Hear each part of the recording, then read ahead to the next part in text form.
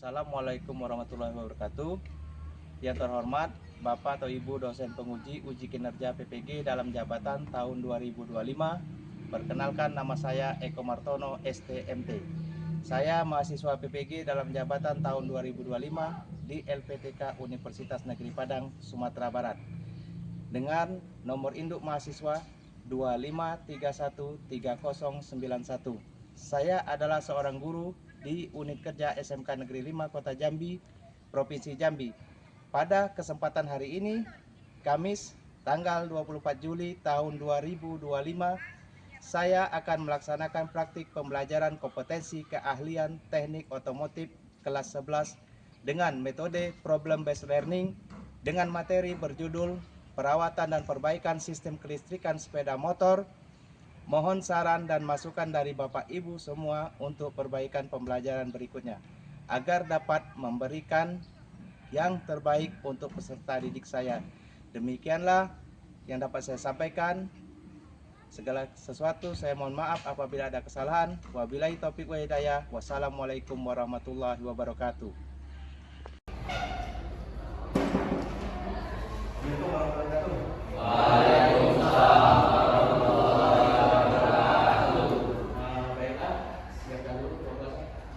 Semua siap, beri salam.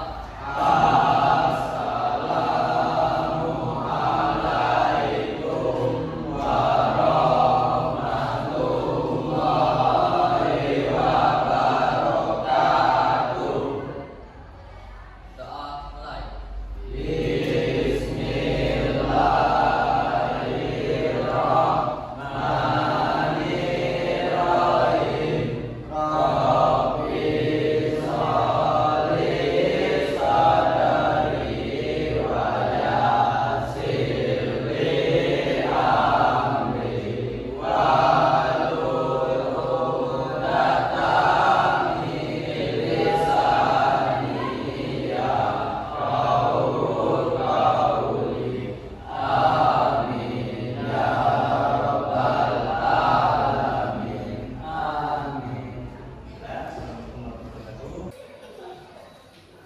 Agung Saputra, Dewa.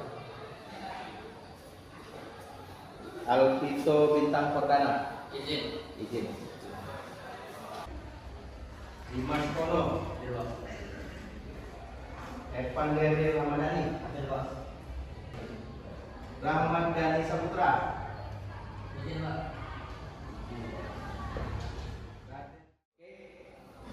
Ikuti saya, diri semuanya. Tegakkan tangannya. Sudah mulai? Oke, lanjut.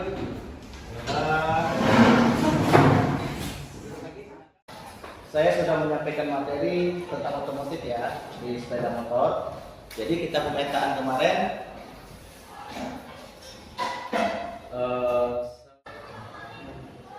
jadi saya tanya, faktor apa saja yang mempengaruhi kinerja mesin?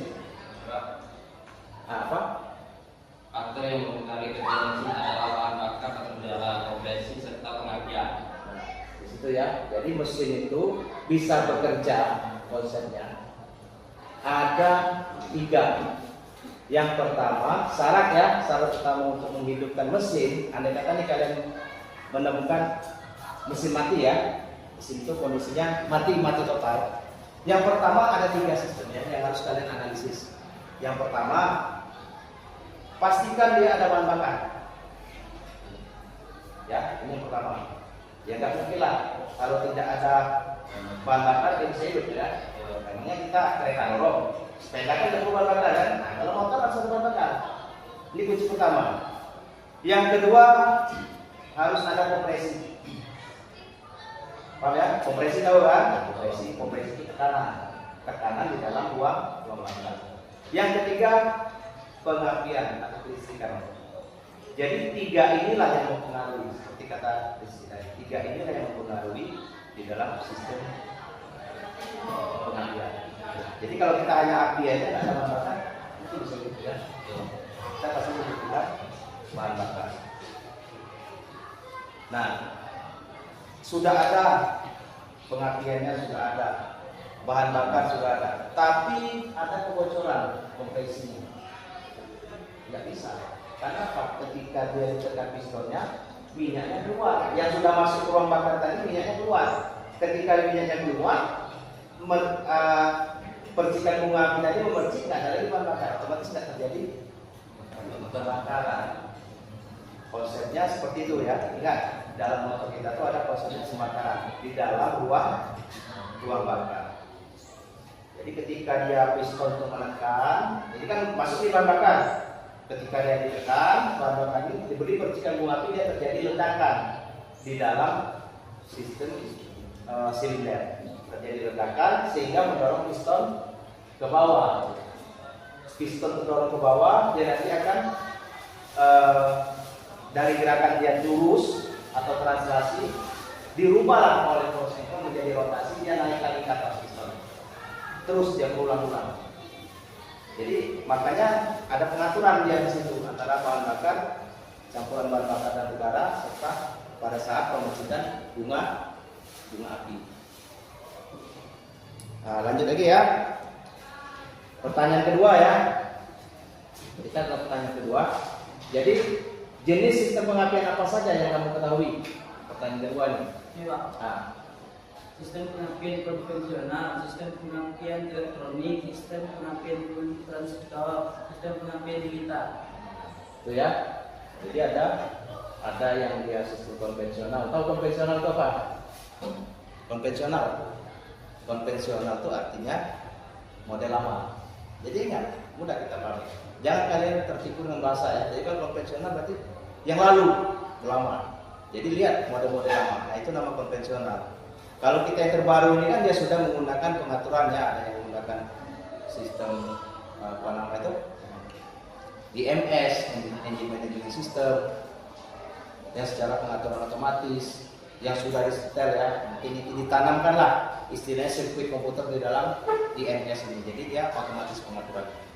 Tapi dasarnya kita mempelajari di dalam kelistrikan ini tetap kita adalah sistem konvensional. Karena apabila kalian tidak memahami konvensional, yang lain-lainnya kan sulit kalian pahami. Karena dasarnya sebelum ada yang terbaru, pasti konvensional dulu. Jadi ketika kalian lihat yang terbaru, jangan kalian semena-mena tinggalkan yang konvensional. Tidak, tapi tetap kalian pelajari juga. Supaya mungkin ada modifikasi, fungsinya di situ. Ya kan? Lanjut ya. Kita lanjut ke pertanyaan ketiga ya. Menurut pendapat Anda ya, apabila ada masalah pada sistem pengapian sepeda motor, apa yang harus dilakukan untuk mengatasinya? Pertanyaan ketiga. Ya. Lakukan pemeriksaan dan perawatan komponen-komponen penting. Ini termasuk redistribusi, koil pengapian, kabelnya, dan CDI jika ada. Ya, oke. Nah, disitulah ya. Jadi mulai dari fungsi kontak, ya kan, komponen-komponennya. Kan pada sudah saya jelaskan kan di dalam sistem pengapian ada berapa? 6, 47. Ayo, supaya ingat. 647. Ya ulang ya. 6. Oke, nah. Yang pertama di dalam sistem pengapian kita urut dari bawah ya. Dari paling bawah sepeda motor ya. Ini sudah paham ya, saya hapus ya. Bagian sini kan kita tidak berfokus saya gini ya. Ini kita hapus dulu. Biar kita fokus ke satu bagian. Ini kita hapus, lalu fokus. Jadi kita urut komponen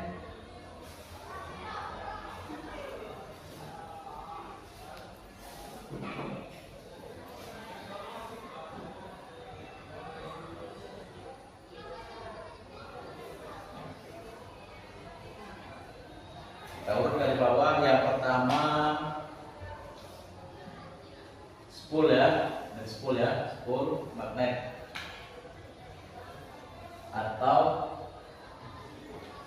bahasa lainnya magnetic coil. Jadi ini menurut bahasa Jawa ya. Bahasa Jawa magnetic coil. Terus dari magnetic coil apa lagi? Keep rod. Lanjut. Dari kiprok ke CDI ya. Dua. Ini komponen yang keempat. Aki. nanti terakhir ya. Kiprok. Kita sesuai urutan. Memang benar aki ada, tapi nanti sesuai urutan. Pemagnet, kiprok, CDI, pulser,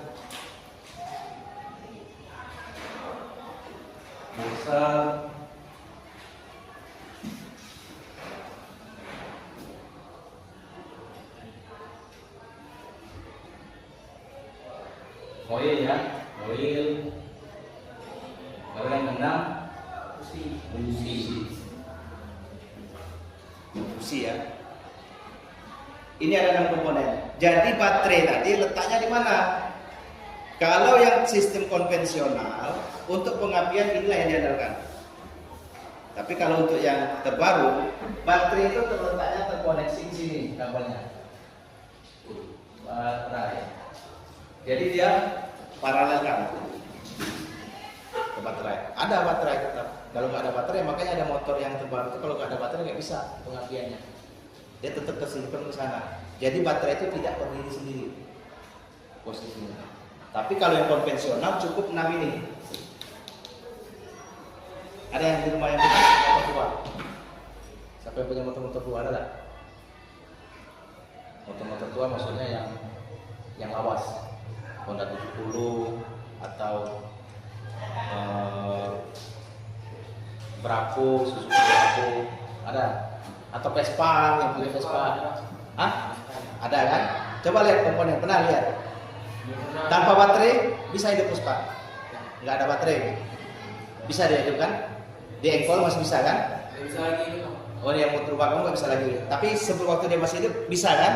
Tanpa baterai bisa. Karena dia hanya mengandalkan 6 komponen ini. 6 komponen. Jadi yang konvensional lama memang. Tapi itulah untuk pengaturannya, sistem pengaturan dan dalam pengapian dan bahan bakarnya, dia tidak otomatis. Terkadang ada namanya errornya ya, letak errornya. Jadi makanya motor-motor lama rentan untuk motor tersebut berasap. Mungkin bahan bakarnya belum pas posisi timing dia untuk pengapian, untuk dipercikan bunga api, dia sudah duluan dipercikan bunga api. Jadi pembakarannya tidak sempurna. Itu yang model-model lama ya. Yang terbaru ini itu sudah dengan keakuratan, dengan sistem komputer pengaturannya dia lebih mengurangi errornya tadi. Jadi bisa pembakarannya lebih sempurna karena dia secara otomatis pengaturan fungsi jumlah berapa udaranya, berapa berapa mili bahan bakar yang masuk, serta kapan waktu diberikan percikan bunga api. Dia secara otomatis. Tapi kalau yang konvensional dia tidak, dia secara mekanis. Sampai sini paham? Paham ya? Paham. Oke. Ada pertanyaan? Bebas, boleh. Kalau ada pertanyaan bebas boleh.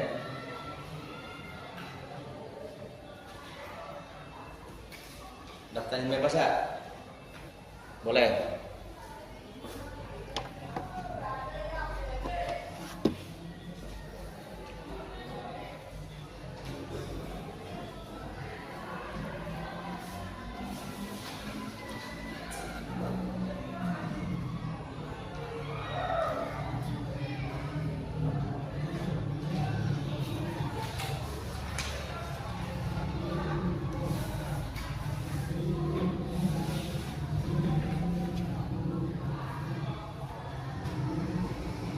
Ada yang tanyakan? Ada. Sampai sini paham? Boleh dicatat yang tadi ya, silakan. Siapa tahu nanti berguna ya. Kedepannya ketika mungkin kalian sudah magang atau apa nanti kan, ada yang mungkin lupa kan. Ini komponen-komponennya bisa dilakukan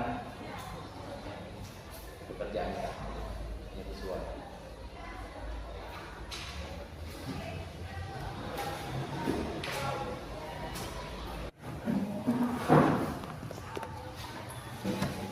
Bella, ini dari yang pemaparan tadi ya, sudah dipahami ya?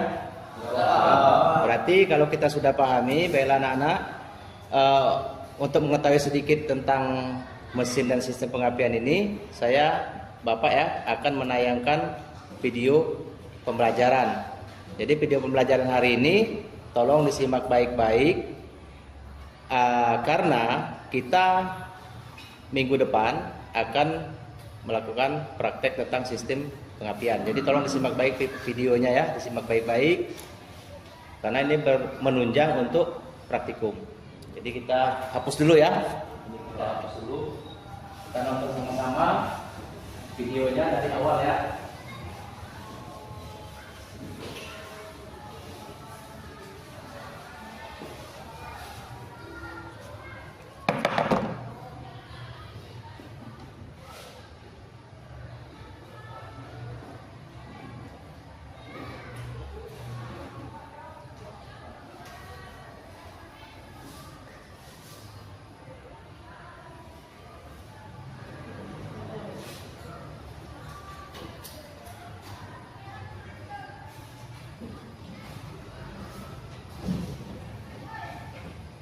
Maklum agak lama ya. Ini bisa kita tonton video sistem pengapian, mari kita tonton bersama. Dan nanti diharapkan setiap kelompok membuat bahasannya masing-masing ya. Jadi dari yang ini kelompok 1, yang depan kelompok 2, yang bagian ketiga kelompok 3. Jadi tolong disimak baik-baik ya.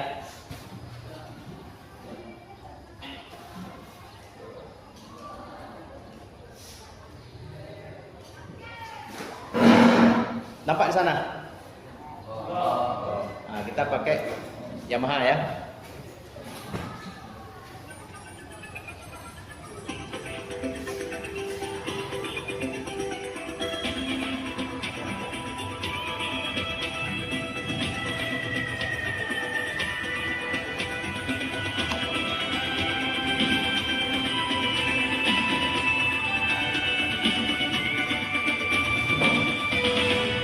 Selamat datang pada bagian kedua dalam teori dan pemeriksaan sistem elektrik pada Yamaha. Seri ini dirancang untuk membantu Anda mengerti bagaimana cara kerja listrik, supaya Anda bisa memeriksa dan memperbaiki masalah dengan cepat. Rekaman pertama meliputi teori dasar tentang listrik, fungsi komponen, dan jenis kerusakan jaringan atau komponen. Bagian ini akan difokuskan pada pengenalan komponen sistem pengapian serta masalahnya.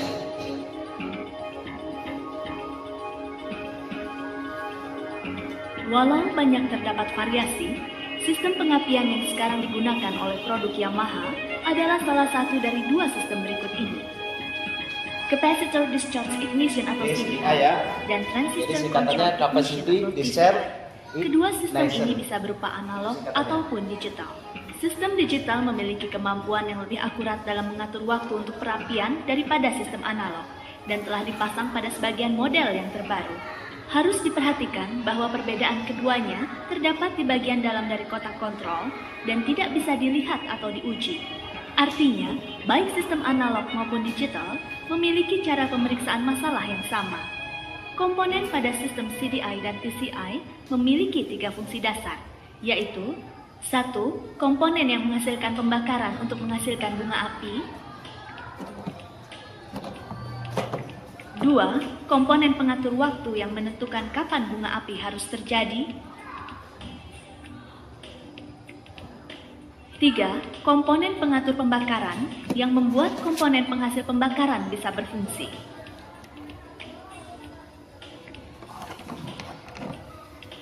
Kita akan memulai dengan komponen penghasil pembakaran pada kedua sistem pembakaran pada Nama kelompok, mana yang ketuanya, siapa yang jadi ketua, tentukan sendiri masing-masing kelompok ya.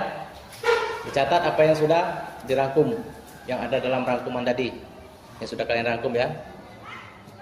Catat aja nama kelompok, buat nama kelompok 1, nama kelompok.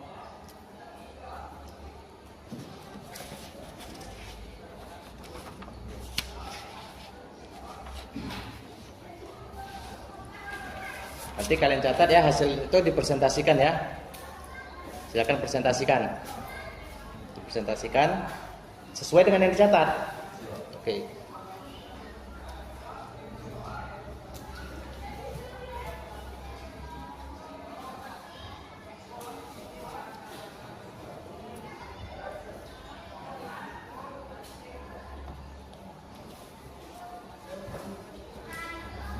Sudah? Sudah dicatat hasil rangkumannya? Nah, silakan kelompok 1 presentasikan. Langsung, silakan. Assalamualaikum warahmatullahi wabarakatuh. Waalaikumsalam warahmatullahi wabarakatuh. Saya perwakilan dari kelompok 1 ingin membacakan hasil rangkuman kami. Ya. Komponen sistem pengapian elektronik 1. Kunci kontak atau ignition switch. Pada sistem pengapian, kunci kontak diperlukan untuk memutuskan hubungan Ya. rangkaian tegangan baterai ke koil pengapian terminal 15V plus. Saat menghidupkan atau mematikan mesin, bila kunci kontak posisi on IG 15, maka arus dari baterai akan mengalir ke terminal positif plus 15 koil pengapian. Maka tegangan primer sistem pengapian siap untuk bekerja. 2. Ignition coil atau koil pengapian. Untuk menghasilkan percikan, listrik harus melewati celah udara yang terdapat di antara dua elektroda pada busi. Karena udara merupakan isolator, penghantar listrik yang jelek. Tegangan yang sangat tinggi dibutuhkan untuk mengatasi tahanan dari celah udara tersebut. Juga untuk mengatasi sistem itu sendiri dan seluruh komponen. Sistem pengapian lainnya, koil pengapian mengubah sumber tegangan rendah dari baterai atau koil sumber 12 volt menjadi sumber tegangan tinggi 10 kF atau lebih yang diperlukan untuk menghasilkan loncatan bunga api yang kuat pada celah busi dalam sistem pengapian. Pada koil pengapian, kumparan primer dan sekunder digulung pada inti besi. Kumparan ini akan menaikkan tegangan yang diterima dari baterai menjadi tegangan yang sangat tinggi melalui induksi elektromagnetik inti besi core. Dikelilingi kumparan yang terbuat dari baja silikon tipis. Terdapat dua kumparan yaitu sekunder dan primer, di mana lilitan primer digulung oleh lilitan sekunder. Untuk mencegah terjadinya hubungan singkat atau short circuit, maka antara lapisan kumparan disekat dengan kertas khusus yang mempunyai tekanan sekat yang tinggi. Ujung kumparan primer dihubungkan dengan terminal negatif primer, sedangkan ujung yang lainnya dihubungkan dengan terminal positif primer. Kumparan sekunder dihubungkan dengan cara serupa, di mana salah satunya dihubungkan dengan kumparan primer lewat pada terminal positif primer, yang lainnya dihubungkan dengan tegangan tinggi melalui suatu pagas dan keduanya digulung. 3. Besi. Tegangan tinggi yang dihasilkan oleh kumparan sekunder koil pengapian setelah melalui rangkaian tegangan tinggi akan dikeluarkan di antara elektroda tengah, elektroda positif, dan elektroda sisi, elektroda negatif. Busi berupa percikan bunga api. Tujuan adanya busi dalam hal ini adalah untuk mengalirkan pulsa atau arus tegangan tinggi dari tutup terminal busi ke bagian elektroda tengah ke elektroda sisi, melewati celah udara dan kemudian berakhir ke masa ground. Busi merupakan bagian komponen sistem pengapian yang bisa habis, dirancang untuk melakukan tugas dalam waktu tertentu. Saya contohkan. Ini ya. Ini konsep dari engine ya, pada saat konsep pembakaran, dan juga ini posisi kunci kontak. Tadi kan kunci kontak on ya. Ini kita on kan, stop, sudah. Terus, nah lihat, perhatian ini off ya. Tolong perhatikan ya, lihat. Yang ini fungsinya ini dari bahan bakar ya. Baik, bahan bakar ya. Kita lihat. Ketika kunci kita on kan, kita perhatikan bahan bakarnya. Tuh. Gerak ya? Ya masuk injektornya dulu. Ini namanya injektor. Tahu injektor ya? Di sini pompa pompa minyak atau pompa injeksi. Jadi ketika, nah kita balikan lagi, kita off-kan dulu, kosong ya. Kalian perhatikan bagaimana ini di dalam motor kalian, mulai dari tangki bahan bakar itu nanti dia masuk ke injektor. Lihat. Nah, sudah. Belum kalian starter nih, dia stop dulu, standby. Minyaknya standby. Belum kalian starter, belum. Nah, sekarang kita start di sini ya. Ya. Ketika bahan bakar masuk, dia menyemprotkan. Nah, ini fungsinya. Yang merah itu dia ketika dia membersihkan bunga api. Nah, nih, dia merah ini membersihkan bunga api. Ini posisi motor langsam atau bahasanya kita ketika start awal ya, belum kita gas, belum, masih dia normal aja. Posisi running. Ya, posisi running. Masih posisi running, nah tuh perhatikan yang merahnya ya. Nah, ini membersihkan bunga api dua. Yang hitam ini gas pembakaran keluar. Yang ini udara masuk. Karena di sini bukan sistem karburator ya, saya pakai kan bukan sistem karburator. Jadi udara tuh dia hanya udara saja masuk. Minyaknya lewat dari injektor. Terus kita naikkan lagi. Gasnya kita naikkan. Nah. Nampak kan? Yang mana yang berubah? Ini ya. Ini berubah ya. Throttle-nya berubah ya. Throttle position berubah. Ini semakin cepat. Nah, disinilah timing tadi pengaturannya yang untuk di pulser ya, diaturnya. Waktunya.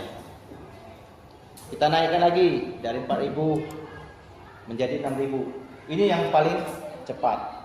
6.000 RPM rotasi per menit. Oke. Nah, sekarang silakan kalian coba perhatikan, amati masing-masing dari on sampai ini. Silakan. Dari depan kalian nanti gantian. Silakan. Coba. Silakan. Kunci kontaknya di on kan.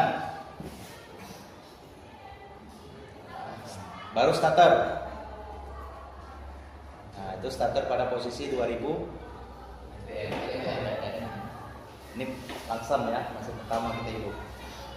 Terus bahan bakarnya bagaimana penyemprotannya? Masih sedikit ya? Pelan. Masih pelan. Naikkan lagi, up.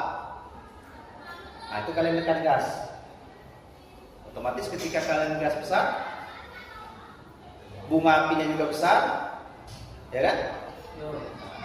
Udara pun besar, minyak pun juga besar. Dia agak lebih lama nyemprotnya. Perhatikan nyemprotnya. Nyemprot minyak tuh, nah lebih lama kan? Coba kamu turunkan dua ini jadi down. Nyemprotnya, nah sebentar kan? Sedikit ya.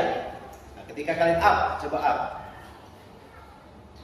Nah, lama kan? Nah, coba lagi naikkan lagi 6.000.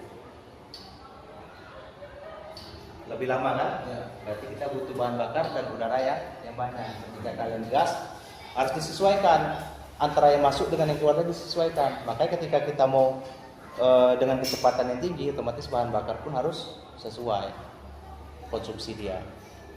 Dan juga pengapiannya lihat posisi. Baiklah, untuk semangat kita hari ini, SMK bisa. SMK bisa. SMK 5 luar biasa. Jadi kita SMK 5 luar biasa, semangat. Oke lah.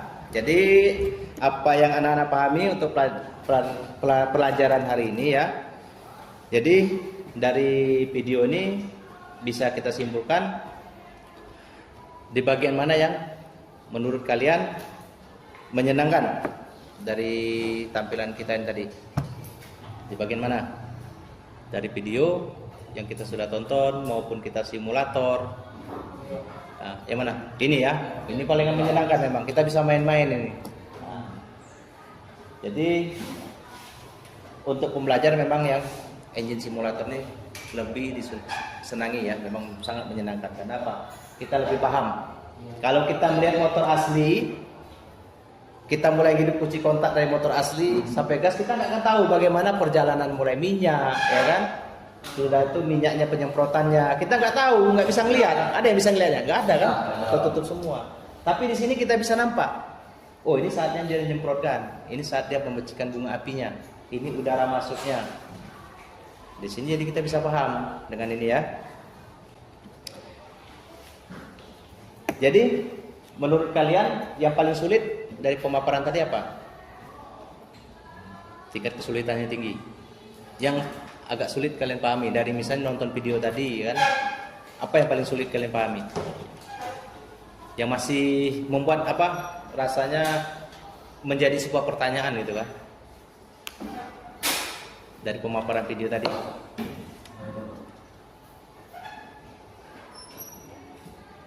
Apa bagian tersulitnya?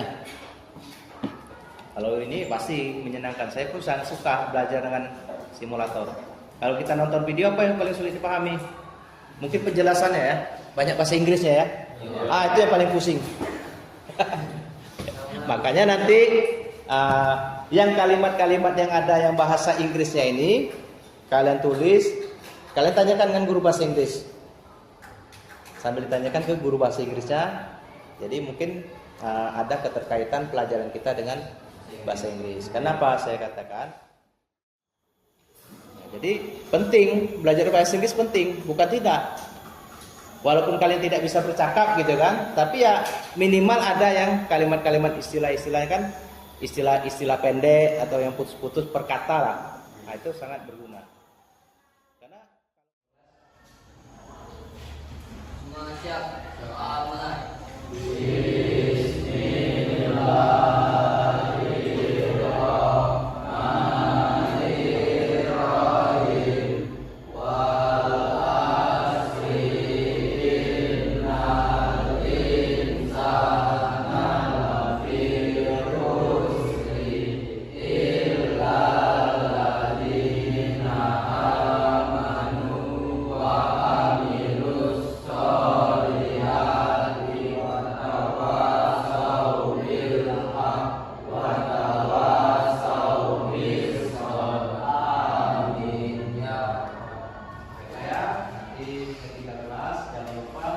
jam pelajaran